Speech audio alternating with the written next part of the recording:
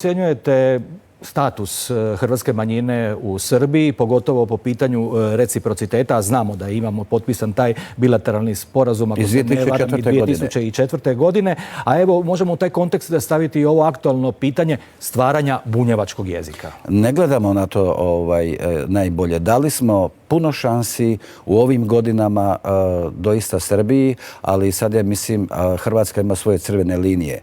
Činjenica da će sljedećeg ponedjeljka 10. svibnja u Briselu da ćemo razgovarati, imat ćemo raspravnu točku o Zapadnom Balkanu i europskoj perspektivi, znači da je Hrvatska tu subjekt, a da ćemo govoriti znači o svim zemljama Zapadnog Balkana, da bih dobio autentičnost i legitimitet dakle svoje intervencije. Ja sam upravo posjetio sve ove zemlje, upravo sam doista sa Kosovom vrlo ugodno, bio sam prvi put u životu na Kosovu, vrlo sam ugodno iznenađen pozitivnim odnosom kosovskih dužnosnika koji su proeuropski, koji su vrlo korektno govorili o budućnosti Kosova. Hrvatska se zalaže za liberalizaciju viznog režima, čime bi se, smatramo, olakšao i dijalog između Prištine i Beograda. Da, nakon Kosova ste posjetili Crnu Goru. Crnogorski premijer Zdravko Krivokapić otvorio je sada pitanje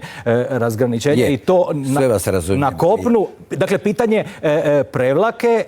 I što sada? Kako imamo malo vremena i samo bih rekao da sam posjetio i Janjevo, znate, gdje nekad 1991. bi bilo oko 9000 Hrvata, nažalost 162. Tamo je bilo dječice negdje 26 koji su prvo pričesnice, krizmenici, ima ih 50 i to je tako bilo teško, znate, ganutljivo. Nazvao sam premijera koji je bio u Portugalu i premijer je apsolutno podržava prijedlog da toj djeci omogućimo dolazak u Hrvatsku, ljetovanje, a onda doista i uputimo odgovarajuću pomoć.